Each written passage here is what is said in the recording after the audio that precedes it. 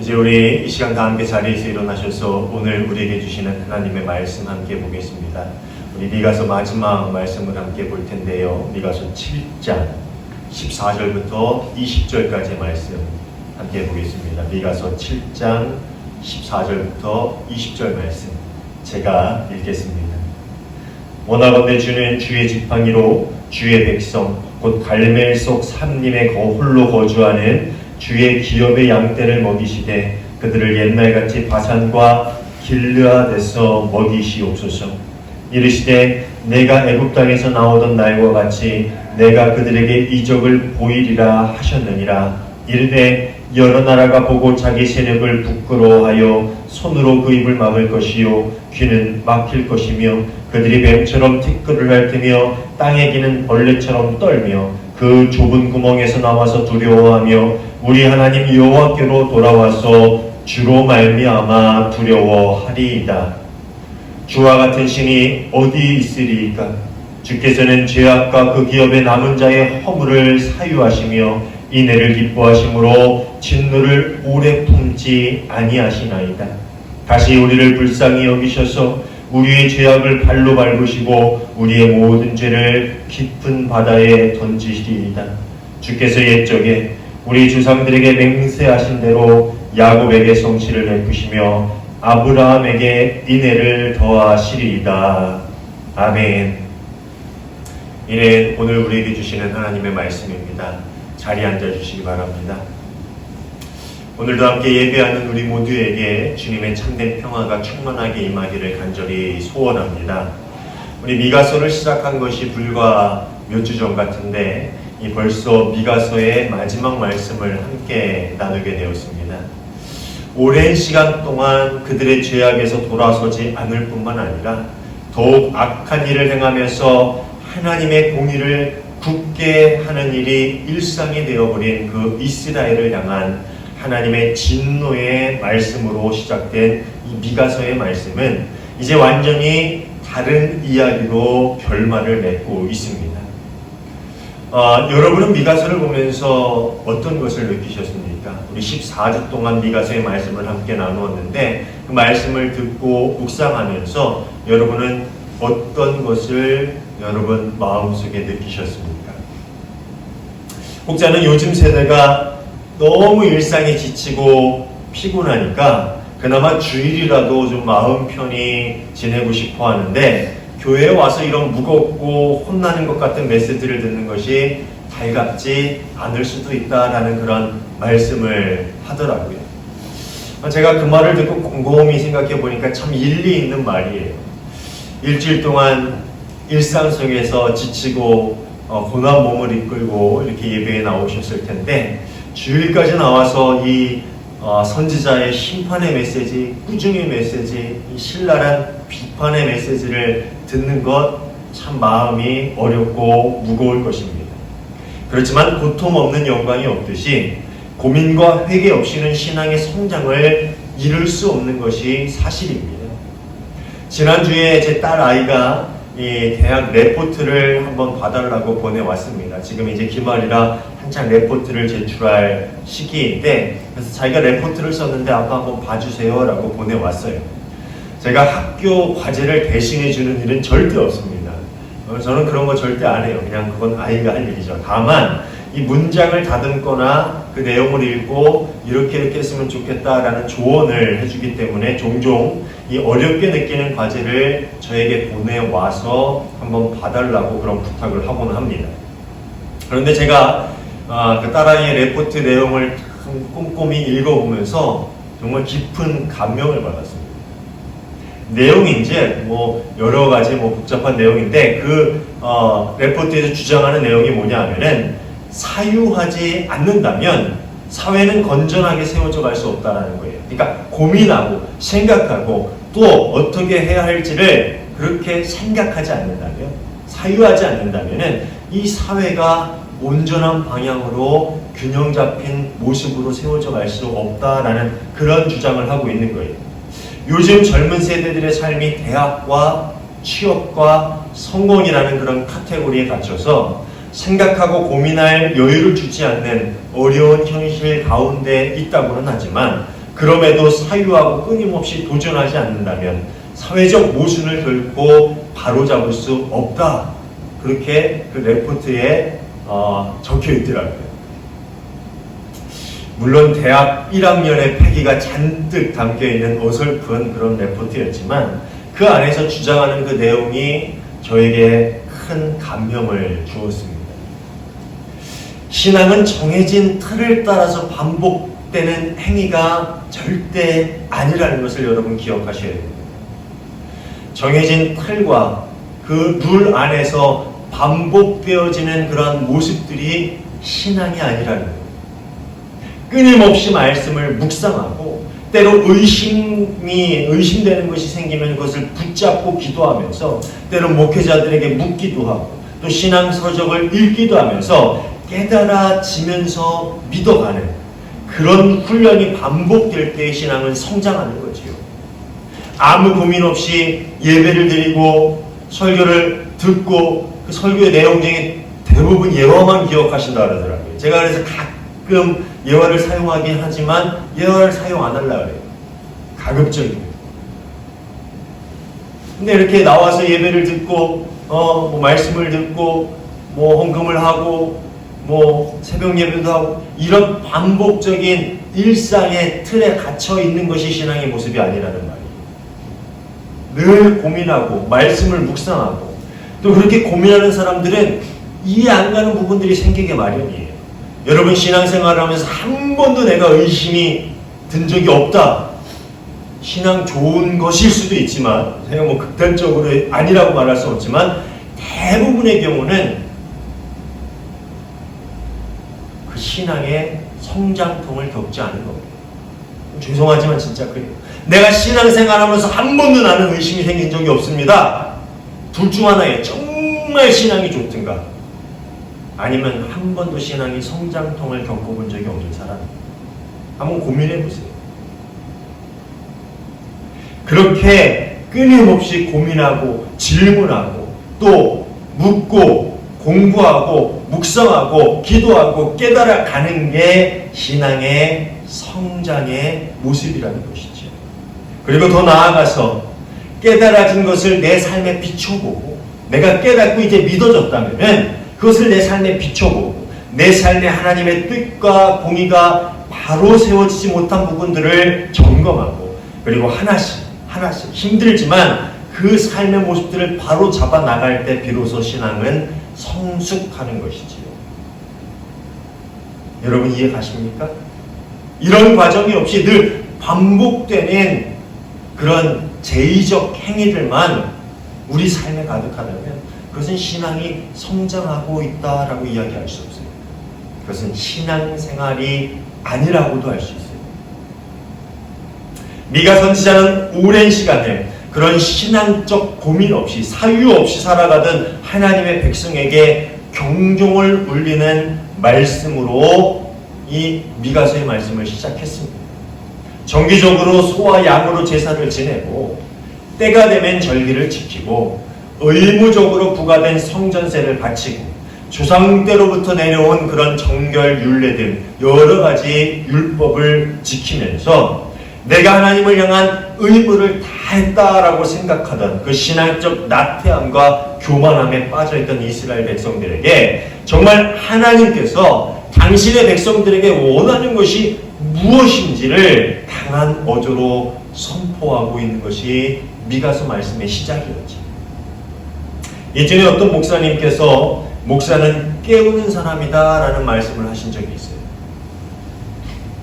그 말처럼 영원히 잠들어 있는 이들을 깨우고 신앙의 성장이 멈춰버린 이들을 깨워서 속히 주님 앞에 나아가라고 부지런히 신앙의 성장을 이루라고 깨우고 독려하는 것이 목회자의 사명이라고 저는 생각합니다. 듣기에 좋고 달콤한 내기의 캔디 같은 그런 소리를 하는 것이 목회자라면 이 세상에 목회자를 대신할 수 있는 사람들은 정말 많습니다. 목회자가 필요 없어요. 그런 말을 듣길 원한다면 다른 데 가도 됩니다. 하지만 정말 성도들을 사랑하고 교회를 사랑하고 하나님을 경외한다면 그렇게 할 수 없지. 미가 선지자는 그렇게 하나님의 백성을 사랑하고 또 하나님께서 세우신 자신의 조국 이스라엘을 사랑하고 또 하나님을 경외하는 마음으로 말씀을 선포하고 그들의 영혼을 깨우려 애쓰고 있는 거예요. 그래서 이스라엘 백성들에게 들으라고, 들어서 영영 죽을 그 길로 가지 말라고, 돌이켜 영원한 생명을 주시고 하늘난 은혜를 주시는 하나님 앞에 돌아오라고 그렇게 외치고 있는 것이죠.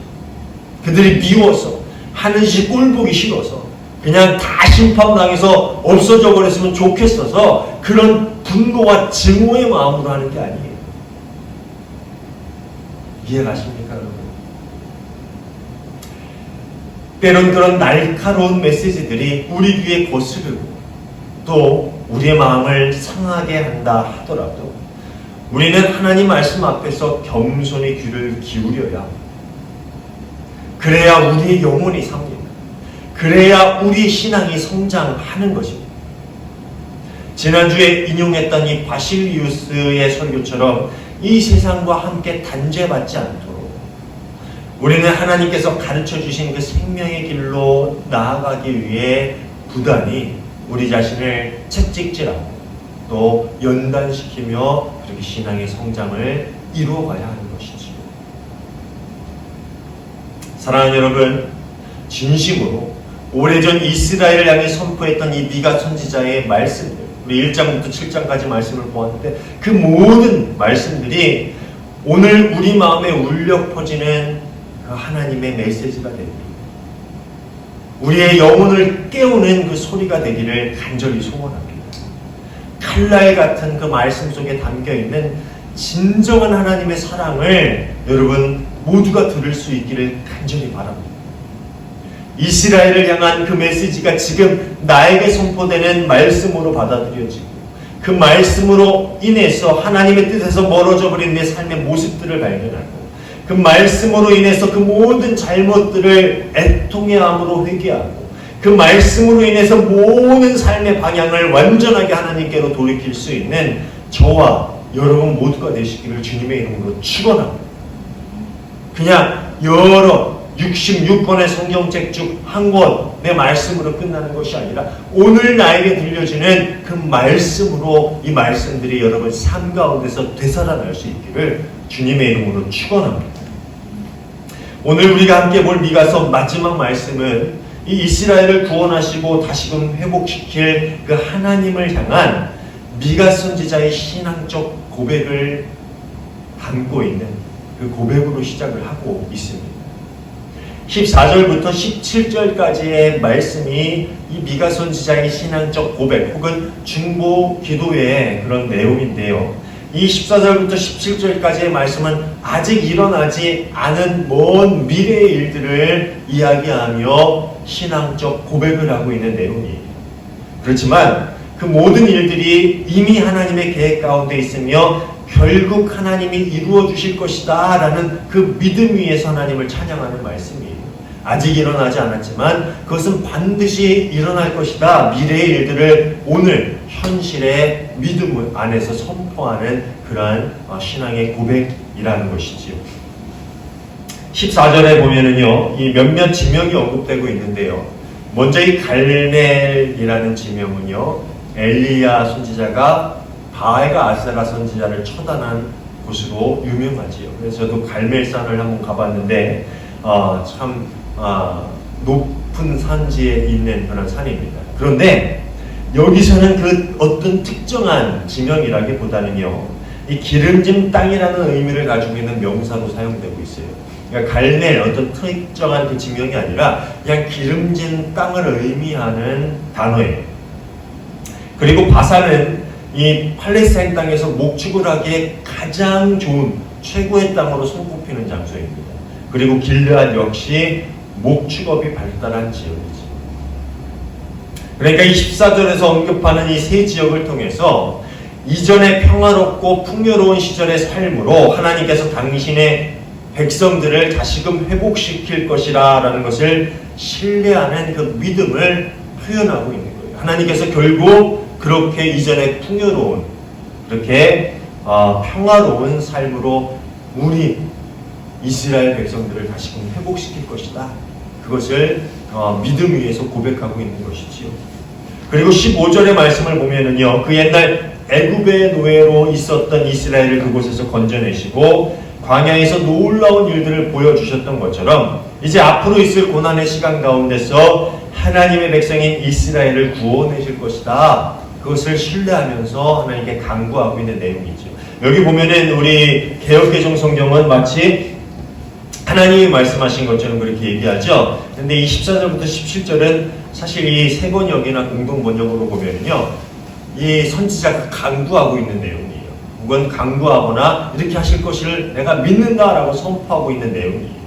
그래서 이 모든 믿음 위에서 하나님이 애굽에서 이끌어내셔서 그 이적을 통해서 하는 당신의 백성을 구원하신 것처럼 결국 이 바벨론 포로 시절에서 우리를 앞으로 있을 그 포로의 시기에서 우리를 건져내셔서 구원하실 것이다 라는 것을 믿음으로 선포하고 있는 내용이에요. 또 한편으로는 간구하고 있는, 그렇게 하실 것을 믿습니다 라고 간구하고 있는 내용이죠.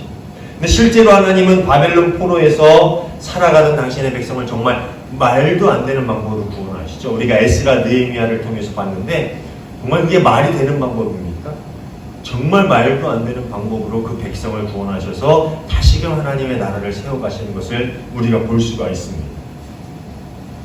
그리고 16절과 17절에서 선지자는 이 당장 눈앞에 보이는 그 적들이 강하고 그 세력이 영원할 것처럼 보이지만 결국 그들은 하나님의 위대하심을 보고 알게 될 것이다. 그래서 자신들이 의지하고 자랑하던 그 힘이, 그 능력이 얼마나 보잘것없는지를 깨닫게 될 것이다. 그렇게 이야기하고 있는 거예요. 그리고 그 깨달음 때문에 뱀이나 벌레같이 하나님 앞에서 자신들이 얼마나 하찮은지를 보게 될 것이다. 알게 될 것이다. 라고 고백하고 있는 내용이지. 이 14절부터 17절까지의 내용은 이제 앞으로 있을 그 모든 일들을 아직 일어나지 않았지만 그것이 하나님의 계획 가운데 있기 때문에 반드시 그렇게 될 것입니다 라는 것을 믿음 위에서 선지자가 고백하며 또 이스라엘을 향한 중보 기도를 하고 있는 그러한 내용입니다. 미가 선지자는 이스라엘을 향한 하나님의 사랑을 알고 있었어요. 비록 그 심판의 메시지를 본인이 전하고 그렇게 신랄하게 그들의 삶을 비난하고 또 책망하고 그렇게 무서운 말씀을 전하지만 미가 선지자는 알고 있었어요. 왜 하나님께서 그 말씀을 자신에게 전하게 하는지 그 이유, 그 안에 담긴 하나님의 진정한 사랑을 미가 선지자는 알고 있었다는 것이죠. 제가 예전에 에스라 느헤미야 강해를 시작하면서 여러분께 드린 질문이 하나 있는데요. 하나님께서 하실 수 없는 일이 있을까라는 질문이었습니다. 여러분 어떻게 생각하십니까? 하나님이 하실 수 없는 일이 있을까요? 없죠? 저는 있다라고 대답했어요. 하나님은 전지전능하시지요. 즉 모든 것을 아시고 전지 모든 것을 행하시는 능력이 있으시다. 전능하시다라는 거죠. 지혜와 능력을 지닌 그러한 분이 바로 하나님이시라는 겁니다. 그런데 그런 하나님도 하실 수 없는 것이 하나 있는데 그게 뭐냐? 당신의 자녀들을 향한 사랑을 끊는 일이에요. 물론 제가 신학적으로 얘기하는 건 아니에요. 신학적으로 얘기하면 오류가 있는 이야기지만 제가 이야기하고자 하는 것은 우리를 향한 하나님의 사랑이 그렇게 강하고 질겨서 끊기 힘든, 결코 끊을 수 없는 그 사랑으로 우리를 사랑하신다. 그래서 하나님이 우리를 향한 그 사랑을 끊을 수 없다. 하나님이 하실 수 있는 일, 하실 수 없는 일이 하나 그거다라는 거예요. 저는 그렇게 대답하고 싶어요. 오늘 우리가 함께 마지막 찬양 불렀는데 그 찬양의 제목이 그 사랑이라는 찬양입니다. 아버지 사랑 내가 노래해. 그 찬양의 가사 중에 이런 부분이 있어요. 죽음도 생명도 천사도 하늘의 그 어떤 권세도 끊을 수 없는 영원한 그 사랑 예수. 저는 이 찬양의 가사가, 이 찬양이 너무 그 가사가 좋아요. 이 찬양의 가사는 로마서 8장의 내용을 인용해서 그 가사로 찬양으로 만든 것인데요. 로마서 8장 35절은 이렇게 이야기하고 있습니다. 누가 우리를 그리스도의 사랑에서 끊을 수 있겠습니까? 환난입니까? 공고입니까? 박해입니까? 굶주림입니까? 헐벗음입니까? 위협입니까? 또는 칼입니까? 그리고 이어서 38절, 39절은 이렇게 이야기해요. 나는 확신합니다. 죽음도, 삶도, 천사들도, 권세자들도, 현재일도, 장래일도, 능력도, 높음도, 깊음도, 그 밖에 어떤 피조물도 우리를 우리 주 예수 그리스도 안에 있는 하나님의 사랑에서 끊을 수 없습니다. 이 말씀을 처음에 읽었을 때 얼마나 마음이 뜨거워지는지 몰랐어요. 세상에 우리를 향한 하나님의 사랑은 그 어떤 것도 끊을 수 없다. 근데 심지어 하나님도 그 사랑을 못 끊었어요. 그래서 당신의 아들 예수 그리스도를 이 땅에 보내셔서 십자가에 못 박히기까지 하면서 그 사랑을 우리에게 보여주신 것이죠. 하나님의 사랑이 이렇게 질긴 거예요. 이스라엘의 역사를 보면 우리가 그 하나님의 사랑을 잘 알 수가 있습니다. 하나님을 배반해서 고난을 당하면 하나님께 부르짖지요. 그럼 어떻게 해요? 하나님은 그들을 구원하십니다. 그럼 잠시 그들이 하나님을 잘 섬기다가 또다시 시간이 지나면은 하나님을 떠나 살고, 그래서 또 다른 나라들로 박해를 당하죠. 핍박을 당하죠. 그러면은 또 그 고난 가운데서 하나님을 찾고, 그럼 하나님은 또 그들을 구원하시고, 그런데 시간이 지나면 또 하나님을 멀리하고, 이것이 이스라엘의 긴 역사 가운데서 반복됐던 모습입니다. 잘 알잖아요. 우리가 열왕기 상하를 보면은 그 사사기부터 계속 출애굽기부터죠. 그냥 성경 전체를 보면은 그래요. 그게 이스라엘의 모습이었어요. 하지만 하나님은 결코 그들을 버린 적이 없어요. 그들을 용서하시고 또 용서하시고 다시 용서하시고 끝까지 용서하셨어요. 끝까지 그들을 사랑으로 품는 모습을 이스라엘 역사 가운데서 하나님은 보여주셨다는 거예요. 그리고 그 하나님의 사랑은 오늘날 우리 모두에게도 계속 보여지고 있다는 것을 우리는 잘 압니다. 우리의 삶을 보십시오. 하나님이 용서하지 않는 분이셨다면, 하나님이 우리를 향한 사랑을 끊는 분이셨다면 우리가 지금 이 자리에 있을 수 있을까요? 결코 그럴 수 없지요. 혹자는 얘기합니다. 곧 오신다 하던 예수님이 안 오셔서 이 2000년이라는 역사, 기독교 역사가 늘 종말론을 이야기하고 있지만 이제는 그게 안 통합니다. 2000년 동안 하나님이 안 오셔서 예수 그리스도가 재림 안 했으니까 100년 후에도 200년 후에도 사람들이 안 올 것처럼 신앙생활을 한다. 근데 그게 맞는 것 같아요. 그렇게 살아가는 것 같아요. 그런데 여러분 착각하는 것이 있는데, 왜 예수님의 재림이 속히 오지 않는가? 하나님의 사랑이 그만큼 지우기 때문에 한 명이라도 구원을 받게 하는 거예요. 복음이 이 세계 곳곳까지 퍼져나가서 한 명이라도 더 구원하시고자 하는 하나님의 사랑 때문에 그것이 지체되고 있는 거예요. 미가 선지자는 18절부터 20절까지 다시 한번 이스라엘에게 그런 하나님의 사랑을 선포하고 있습니다. 18절을 한번 볼까요? 우리 18절 함께 읽겠습니다. 우리 다 같이 함께 읽을까요? 시작. 주와 같은 신이 어디 있으리이까? 주께서는 죄악과 그 기업의 남은 자의 허물을 사유하시며 인애를 기뻐하심으로 진노를 오래 품지 아니하시나이다. 이 18절 초반에 나오는 말씀은 미가 선지자가 자신의 이름의 자기 이름의 뜻과 유사한 내용을 이야기하고 있는 거예요. 미가의 이름은 히브리어로 누가 여호와 같은가 라는 뜻을 가진 미카야후의 줄임말이에요. 그게 미가 선지자의 이름이에요. 18절 초반부를 내용을 직역하자면은 누가 당신과 같은 신입니까? 라는 내용이에요. 이 말은 여러 신 중에 하나님이 최고다라는 그런 말을 하고 있는 것이 아니라 오직 하나님만 절대 주권을 가진 누구와도 비교할 수 없는 분이다라는 것을 강조하고 있는 겁니다. 그런데 그런 절대적인 주권을 가지신 공의를 사랑하시는 그분이 죄 많은 당신의 백성들을 끝까지 미워하셔서 그들을 버리거나 완전히 소멸시켜 버리시지 않으시고 오히려 그들에게 은혜를 베풀기를 끊임없이 반복하셔서 은혜 베풀기를 기뻐하시는 하나님이 되셨다. 그것이 미가 선지자가 이야기하고 있는 거예요. 그런 하나님이 어딨냐? 그렇게 끊임없이 죄를 짓고 죄를 반복하고 하나님을 배반했는데 하나님은 그 모든 죄를 용서하시고 오히려 은혜를 베풀기를 기뻐하시는 그런 분이시다.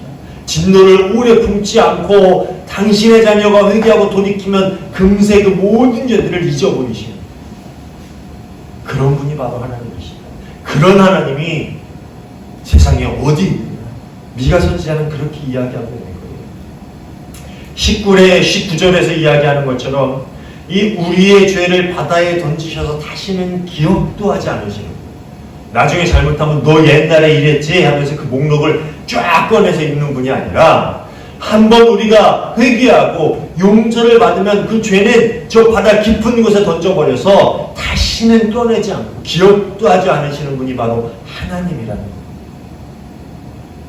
그런 분이 바로 우리 하나님이시라. 왜냐하면 하나님은 우리를 너무 사랑하시기 때문에 그 사랑이 너무 커서 우리를 향한 그 사랑을 포기 못하시고 독생자 예수 그리스도를 보내서 육신을 입고 십자가에 못 박혀 돌아가시기까지 하면서 우리를 용서하시려 했던 그분이 바로 우리 하나님이라는 것이죠. 그래서 미가는 세상에 주와 같은 분이 어디 있냐? 세상에 주와 같은 분이 어디 있으신가? 라고 이야기하면서 주님을 찬양하고 있는 거예요. 사랑하는 여러분, 우리 14주 동안 미가서의 말씀을 함께 보았는데 때로는 모진 책망의 말씀을 듣느라 여러분 고생 많이 하셨습니다. 책망의 말씀들이 선포될 때 여러분 내가 주일까지 나와서 이런 혼나는 말씀, 책망의 말씀을 들어야 되나? 마음에 고생이 좀 있으셨을 텐데 수고하셨어요. 그렇지만 그 모든 말씀, 심판의 메시지든지 책망의 메시지든지 그 모든 말씀이 위로와 희망의 메시지처럼 마찬가지로 그 모든 말씀 안에 하나님의 깊은 사랑이 담겼음을 깨달을 수 있는 그 사랑을 볼 수 있는 여러분 모두가 되시기를 간절히 소원합니다. 책망의 메시지, 심판의 메시지, 그것이 하나님이 우리를 너무나도 사랑하셔서 그 끊을 수 없는 사랑 때문에 우리에게 주시는 메시지라는 것을 우리가 기억하면서, 그래서 혹 우리가 죄를 지었을 때라도 주님의 한없는 긍휼을 믿고 회개함으로 돌이켜서 늘 우리를 사랑으로 용서하시는 주님 품에 머물고 그 사랑을 누리며 살아가고 또 주님의 평화 가운데 살아가면서 우리가 정말 우리 마음 깊은 곳에서 세상에 주님 같은 분이 어디 있습니까? 라고 주님을 찬양할 수 있는 그런 저와 여러분 모두가 되시기를 간절히 소원합니다. 아니 그런 찬양이 있죠. 주님과 같이 내 마음 아시는 분은 주님 같은 분은 없습니다. 내가 세상을 살아오고 그 모든 고난의 길 걸어오고 때론 주님을 멀리 떠나서 그 고통의 시간들을 걸어왔는데 돌아보니 주님 같은 분은 없습니다. 저는 그 찬양 부를 때마다 솔직히 그게 제 고백입니다. 이 세상에 주님과 같이 나를 잘 아시고 주님과 같이 나를 사랑하는 분이 어디 있습니까? 저는 그 찬양 부를 때마다 정말 눈물이 납니다. 사랑하는 여러분, 오늘 미가의 말씀, 주와 같은 신이 어디 있나? 하나님 같은 분은 없다. 그 고백이 우리 모두의 고백이 될 수 있기를, 그리고 그 사랑 안에서 이렇게 풍성히 그 사랑을 누리며 평화 가운데 살아갈 수 있는 저와 여러분 모두가 되시기를 주님의 이름으로 축원합니다. 기도하겠습니다. 하나님 감사합니다. 우리 14주 동안의 미가서의 말씀을 통해서 정말 하나님을 온전히 보고 하나님의 그 사랑을 깨닫고 그 사랑을 찬양할 수 있게 하심에 감사를 드립니다. 특별히 우리 대림절기 마지막 주에 주님의 오심을 기다리면서 예수 그리스도의 오심이 하나님의 그 무궁한 사랑의 표현임을 우리가 깨닫게 하시고 우리 예수를 믿고 주께 돌이킴으로 온전히 주님의 평강 안에서 살아갈 수 있는 저희 모두가 되게 하여 주시옵소서. 주의 빛 가운데서 우리가 모든 죄와 허물을 벗어던지고 우리 삶의 부분들을 모두 돌이켜 주님께로 나아갈 수 있는 그런 저의 삶이 되게 하여 주시옵소서. 미가 선지자의 그 말씀들이 오늘날 나에게 선포되어지는 말씀이 되게 하여 주시고 그 말씀을 가슴에 품고 우리의 삶을 늘 돌아보면서 주께로 더 가까이 나갈 수 있는 저희 모두가 되게 하여 주시옵소서. 늘 우리 삶 가운데 동행하시고 우리를 주의 길로 인도하실 성령님께 감사하며 예수님 이름으로 기도하옵나이다. 아멘.